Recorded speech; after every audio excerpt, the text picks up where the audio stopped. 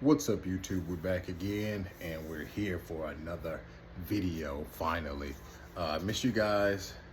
I'm back again to bring you a little bit more content. And today, what I'm going to talk about is my 2024 get home bag.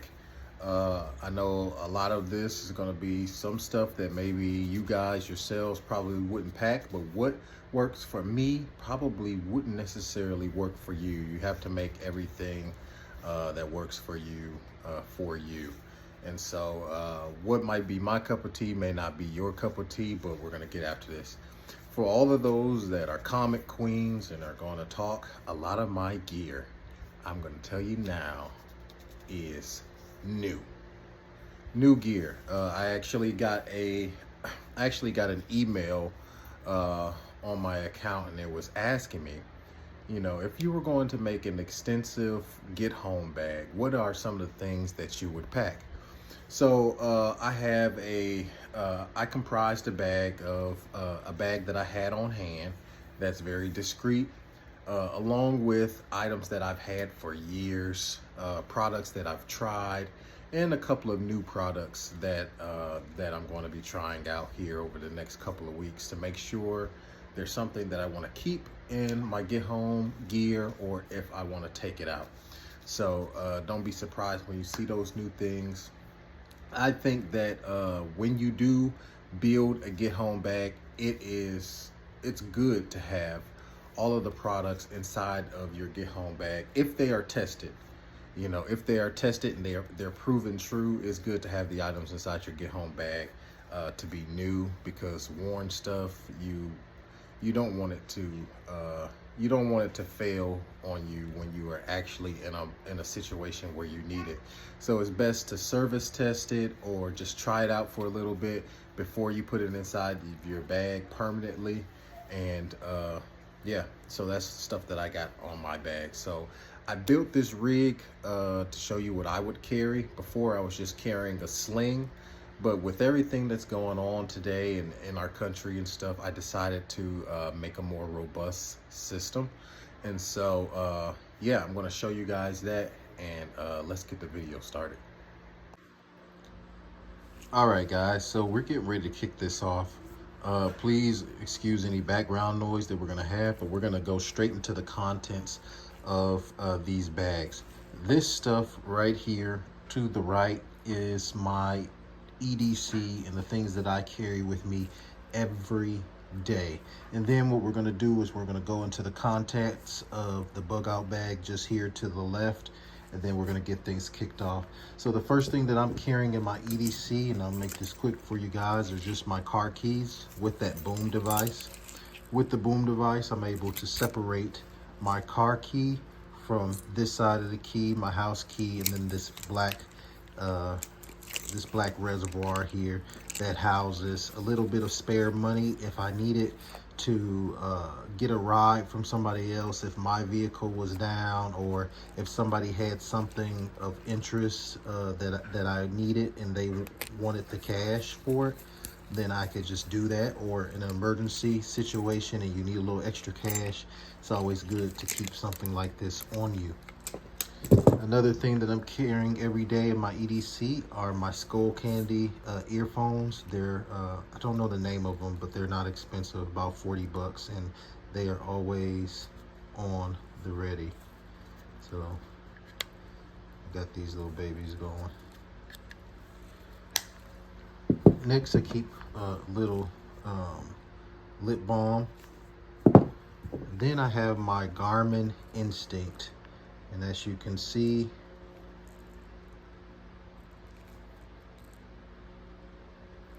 that's already equipped with a digital compass should I need it, and also the time. Amazing battery life. This is not the solar powered one, but this thing can keep a charge for about 2 months before it needs to be plugged in again. I have my Murden wallet here. It has the theft blocker on it, and for the past year I've been carrying this Carhartt ratcheting belt. It's been holding up really good. It's nice and sturdy. There's the ratchets right there. And I've been carrying this with me. It has good retention. Very solid belt. Very solid belt. And then underneath there's the release right there. Moving on to my EDC bag. I changed up a lot of stuff in my EDC bag slash get home bag. This was the only bag in a previous video of mine that I was going to carry as a get home bag. But just recently, with everything going on, I realized, hey, you have to step it up because there's a lot of stuff going on right now, and this just may not be enough as kit to get you home. So let's talk about the things that are inside here and the changes that I made with this bag or this sling. So I've upgraded my mask to a more robust filtering system. This thing will keep out dust, grime, you know, anything you can really think of. It's going to keep it out, and it's generally better than just your typical N95 mask. Inside of this front pocket,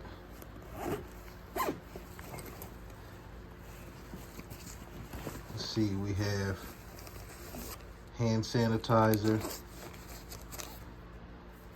I have an ink pen here that has a little laser for signaling. So if somebody were coming to pick you up or something, you could, you know, signal to them, let them know where you're at. I have a Coast. I think it's like a little 200 lumen light that's inside this bag. I believe this is the Calamus Cuda. Keep a little knife inside that bag as well. That'll probably be the only knife that I have available with me. And I keep a couple of tools inside my bag. One of which is like a box wrench, a little small portable box wrench. Keep a pair of Crescent channel locks.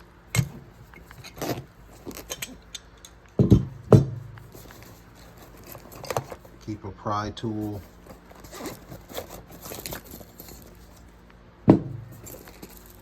Some zip ties. My crank radio. Just make sure this thing is working. The show's leading lady, spree star, as adult Charlotta. So it works with the crank on the back of it. And this is my screwdriver. This is one of those new items. It comes with a couple of bits, Phillips head, flathead, and it's pretty sturdy. You know, it's just a small screwdriver. You can screw things this way or use it in regular fashion. Then of course, that's in that portion. In this zipper bag here, I got some fire starter. This right here is just like a little wedge. So if you needed to, if you were locked out of your car and you needed to wedge into the window or something, this could squeeze in there and pry it open, so you can get a little opening so you can get inside of a vehicle or your vehicle. We have some micro cord in here, and then we have Ear Pro, Surefire, little small portable Ear Pro inside of that bag. Next in the main compartment, and this is YouTube safe, it is unloaded and there's no round in the chamber, is my everyday carry, and this is the only thing that stays.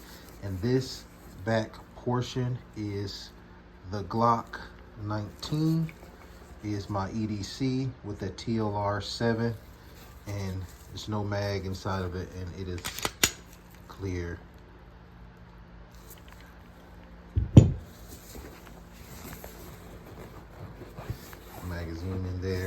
that's all I keep right there, because in a situation where you need to use your firearm, I don't want anything else getting in my way. So that back portion is exclusively reserved for my pistol.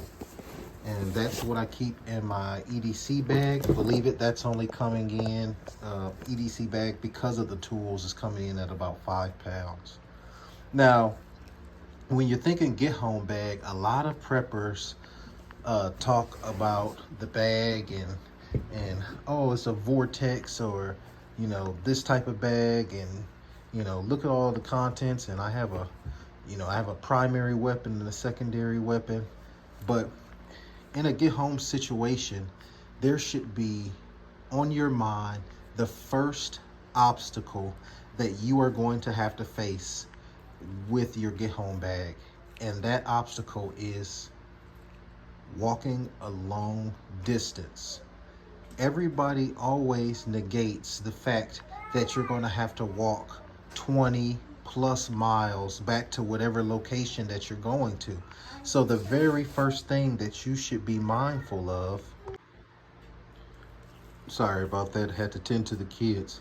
So in a get home situation, one of the main things that you're going to have to be concerned with first is if you are physically capable of walking home, or the amount or the distance that you have to walk home. So it only seems appropriate that before we get inside of the get home bag itself, we talk about what we're going to use to get home. So what I've chosen inside of these waterproof bags to get home were a decent pair of Morels to give you ankle support. It's a hiker. It has that Vibram sole in it, and these are new. I like Morels. They are very good shoes, and I've purchased them before, but this is the particular shoe that I am going to use to trek home. Now, I've already calculated how far I am from work. I am at work majority of time versus any other place that I go. So I'm probably at work 85% of the time. So it's important that I have some comfortable footwear when it comes to getting home. I'll get that back in the bag the appropriate way. So that's what I'm going to use to get home. And then of course these bags have a little carabiner on them, so you can hook them together and keep these together. Then you could just hang them from the hook somewhere inside of the car somewhere.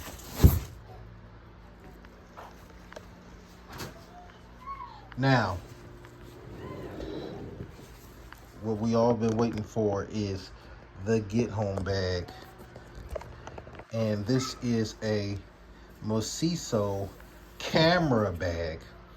It's hard shell, waterproof construction. And look at that thing, man. She's pretty. Let me turn her to the side. Yeah, she's real pretty. I got these little clamps on her so make sure that the zippers don't come off, because this is not a tactical bag. This is actually meant for a photographer.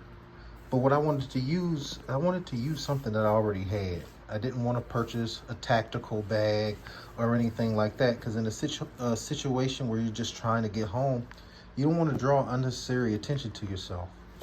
Now, most people would say a hard shell backpack. Somebody could think you have something nice in there, you know, or somebody could just think that that's all you got and you're just trying to get home, versus something that has a whole bunch of MOLLE webbing and stuff all over it, where somebody might think that you have a weapon or something of, you know, more value.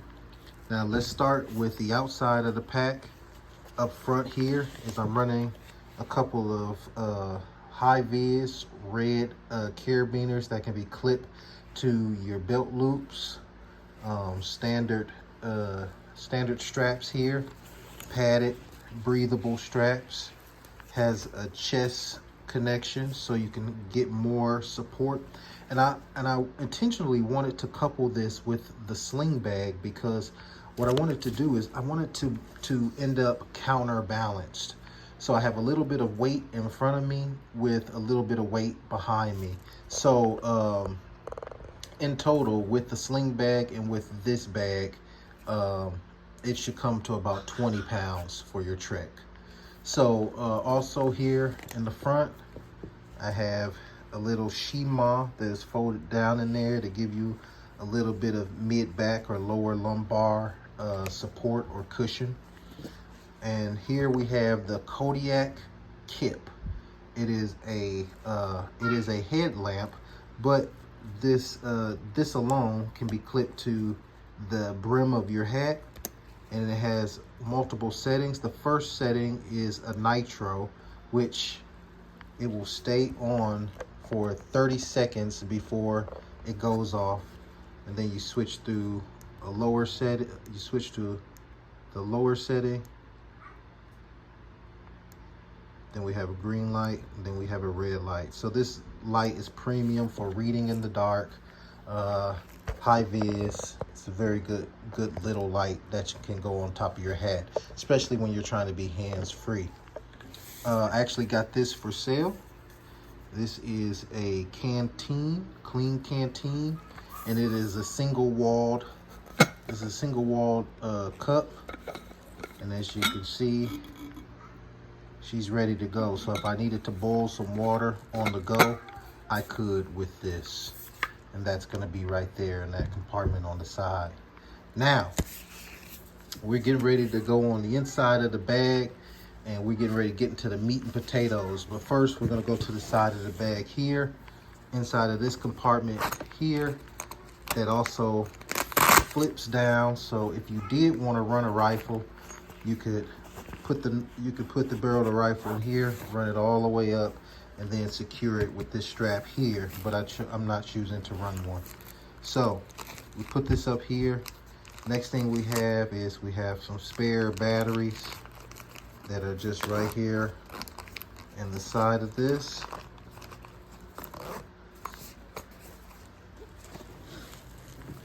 So we got a couple AA's, a couple AAA batteries. We're going to go ahead and take this off. Unzip this. And in here, what do we have? We have an ankle brace. Now, when you walk in a very long distance, especially if you are a person that is a very sedentary person and you're not used to walking long distances, you can twist your ankle. Plantar fasciitis can set in after the first 10 miles, 10, 12 miles. Your feet are very essential to you getting home. So anything that you can help to assist you, if you twist your ankle, if your foot acts up, then you want to be able to brace that up. And so there is a stabilizing brace that's going to get you going. Another thing, we have a lot of contractor trash bags in here, which is going to be good for making shelter. I'm choosing to go that route because it's going to be a very temporary makeshift shelter for the first, I don't plan on being out for 72 hours, but I'm going to use that for that. We have a spare shirt in here that's just going to fold down behind those bags. And that's what we have inside of that first part. Very simple, very discreet area behind there. Nothing big to write home about. All right. Now what we're going to do is we're going to set this thing down, and we are going to get into the main compartment of this bag. Now what I like too about this bag is these zippers go all the way down, and you can fold it over, and it's like a drawer, right? So look, that's how this whole thing's set up. And I take my sling bag, put it on the back portion, and it'll just support that. And so one thing I want to do is let's go top to bottom inside of this get home bag, and just talk about my ideology and what's inside of it, period. So at the top of this bag, here's a little zipper. We're gonna unzip that. Look at the contents in that bag. We have another robust flashlight. That's the Energizer flashlight. I made a review about this light where I beat the crap out of this light, man. I left it in the freezer for 5 hours. I took it to a train yard. I drove it around behind a piece of equipment and just ran it through the dirt, and this thing survived. So this is a very good light. Another thing you have is I have a portable battery charger. So in the case where you're trying to get home and you look at your phone and you only got 20%, you just plug this in and charge your phone completely. That's if the grid is still up and phones are still operational. We have the Baofeng antenna that is in there, and then we have a couple of bungees that can assist you in making a shelter. Yep, that's all we got in there. So that's in that first pouch. In this second pouch, we have food. First things first. See if we can get that to focus. We got the Frontier filter straw, so we can filter out our water. We have 2 MREs. Let's see, this one is Italian sausage. I think they might both be Italian sausage. And then we have some P&G purifier, water purifier. And then we have some tea, just in case we're inside of a situation where it's cold outside and we just need a little bit of tea. Maybe our throat gets scratchy after sleeping outside. That's if we decide to camp out and not make it home the same day, and we wake up the next morning and we got a little scratchy throat, then we got some tea in there available for you. That's what's inside the second compartment. It's just food, water purification, and a little bit of tea. We have a light, bungee cords, and power bank inside of this pocket. Moving down, what we have is we have a you know what, I'm gonna start from up here and then work my way to here. So here we have a pair of Westchester gloves. Now these are very thin, as you can see, which means that they're optimal for space preservation inside of your bag, but they're also they also feel very good on your fingers. The tips of them are really, it's really, because they are so thin, it's really good for, you know, holding your pistol and stuff. Another thing that we have in here is we have a +5 magazines for our Glock. Now, when we're getting home, we're saying that it's some sort of crazy situation where there's civil unrest, SHTF, whatever the case is. And so with these, not only do I have a magazine inside of my sling bag that we first looked at, but I got 15 rounds in that bag, and then I have another additional 40 rounds here. And with these 2 additional magazines, I am running the G9 9mm plus P 80 grain ammunition inside of these magazines, inside of these +5 magazines. So I have plenty of ammunition. I got 55 rounds of ammunition. We have merino wool socks to keep your feet dry. We have some Kodiak bars as a snack. So say you're not ready to partake in your MREs, then you can always get those Kodiak bars, and they will kind of keep you going until you're ready to eat a full meal.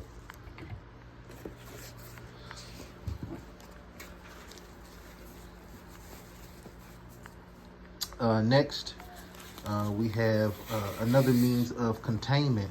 So say you use your canteen and you boil some water, okay? And you purify that water and you got you some hot water. Well, that water is not going to stay hot forever. But if you take it and you put it inside of a thermos, then later on, say you want to partake in an MRE or you want some tea, this is going to keep your water hot for up to 8 hours. So once you boil your water and you purify it in this, then you can preserve some of that hot water by putting it in this secondary containment that's going to keep it piping hot for up to 8 hours. So you can utilize this water in the present and then drink some water and then still have hot water available to you. There's an N95 mask in there. Here we have, ooh, what do you think this is? You don't see a lot of people doing this. You do not see a lot of people doing this. What do you think this is?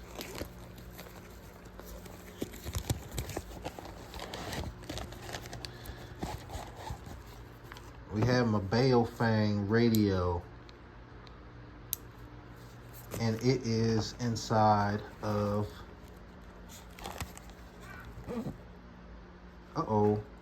what is this? This is a Faraday bag. Yeah, it's inside of a Faraday bag, because a lot of people are scared of the grid going down, but yet they're not protecting their Baofeng radios. So if you put inside of a Faraday bag, then maybe it won't zap your radio. Oh, also, if you do something like this, make sure that your secondary radio is at the house, also inside of a Faraday bag. Don't just put your get home bag, don't just put your Faraday bag that's inside of your get home bag in there and just call it good. Make sure you have a Baofeng or a ham radio at the house that's also protected so you guys can communicate. With that, I also in the middle compartment, I have a pair of pants. These are the stretchable Wranglers. So in case you needed to change clothes, not only do I have another shirt in the top compartment, but I have a pair of pants in here. And what is this? This complements the ham radio. So you're gonna be out there, and a lot of people pack the ham radio thinking that it's just one and done, right? It's just, I got a ham radio and it's just gonna work 100%, right? At all times. Well, look what I got here. Look at the tip now. I'm gonna tell you, wait till you tell me when you see the end of this antenna. Keep on going. Let me know when I get to the end of this antenna. Yeah, yeah, let me know. Boom. I have a 42-inch antenna so I can get the optimum of signal out of my ham radio. Another thing too is go online and get your license to operate a ham radio. My thinking before was, in a SHTF situation, who cares if you have a ham radio license if everything is going to crap all around you? But it's also a protection. If you need your ham radio before an emergency situation happens, it also ensures that people or persons in your family can also use a ham radio under your license. So if you had a situation where you had to utilize your ham radio before SHTF situation, your son could use a ham radio under your license. Your wife can use a ham radio. Your daughter can use a ham radio under your license. It protects them as well. So make sure you get your ham radio license, and it also gives you better reception when you have that license or when you're operating under that license. So we have a pair of pants in here. I won't pull that out. I don't think you guys need to just see a pair of pants. Here we have medical inside of this bag. Another thing that you want to do when you have a get home bag is make sure that you guys have some baggies inside with medicine in them. Tylenol, 500 milligrams. And if you have some sort of medical need, if you have high blood pressure, if you have high cholesterol, if you have allergies, make sure that you are packing at least 1 to 2 doses of the medicine that you take on a daily basis or you take frequently. Make sure you guys are putting it inside of a baggie and putting it inside of your get home bag, because it's not going to do you much good if you're out for 72 hours and your blood pressure's through the roof or your cholesterol's through the roof, and then you start experiencing adverse reactions to it. So make sure that you are putting a little bit of your personal meds inside of a bag. So I have this, also have a small tourniquet. That's a rat's tourniquet to preserve space. Also, that helps the feet. I have some Tiger Balm. So if you were to twist your ankle, if it doesn't have to be an ankle, it could be a wrist. You could tweak your shoulder, anything. You could put a little bit of Tiger Balm on there to help you out. I do have some Dude wipes in here with Mint and Chill. I have a ferrocerium rod and striker in there. And then, of course, the simplest way to start a fire, we have a little lighter in there.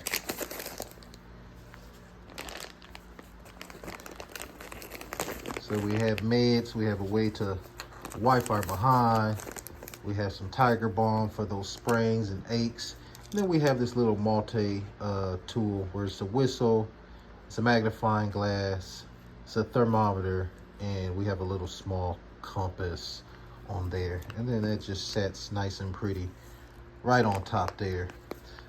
Moving back, what I do is I have a spare mag holder that can go on that Carhartt belt that I showed you. So we can take and slide this in here like so, and hold our extra magazines if we needed to do so. So that is available to us. I think I just pulled a hole in my glove.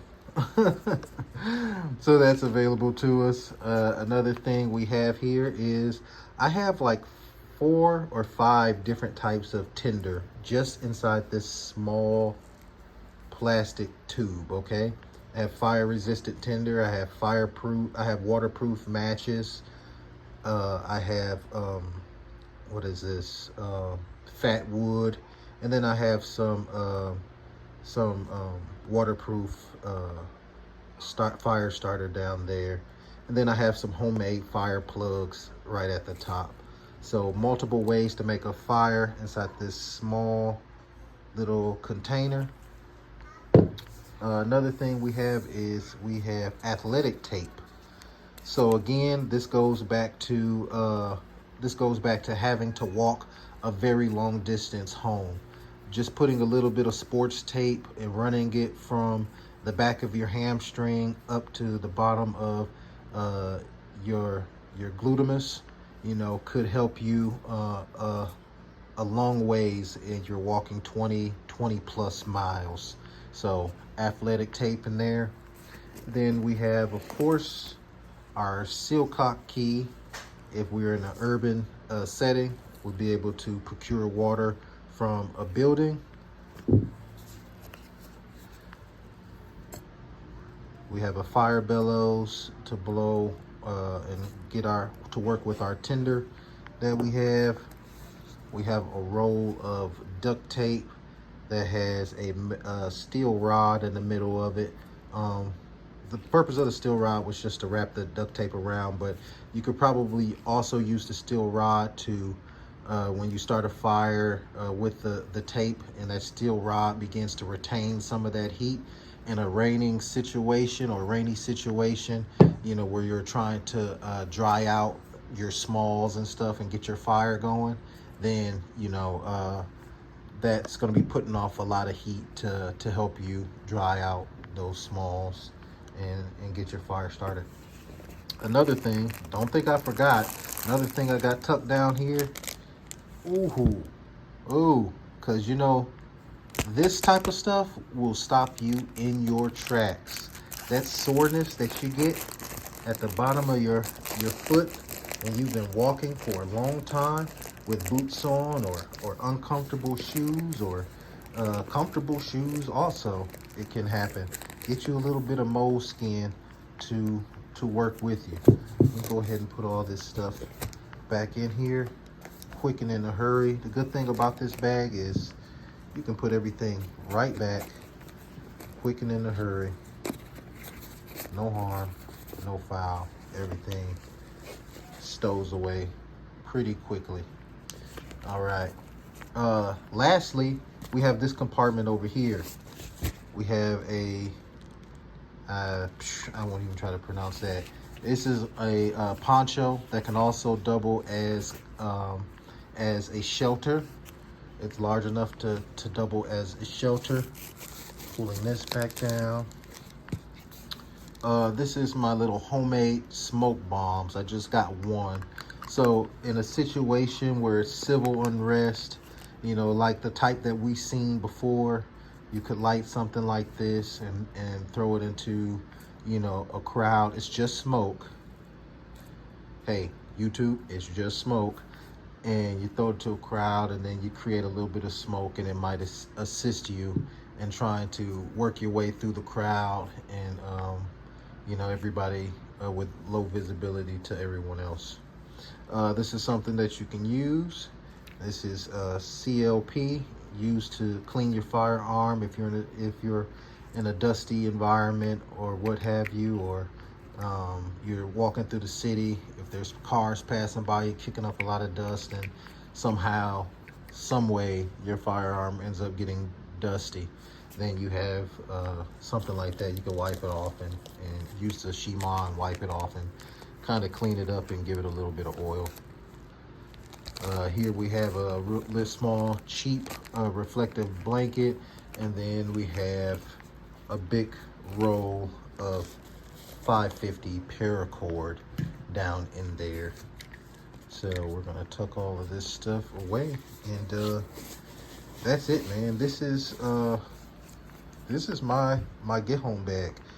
I'm sure in the future I'm gonna be revising it and removing or adding a few things, but as it stands right now, this is the system that I'm going to use to get home.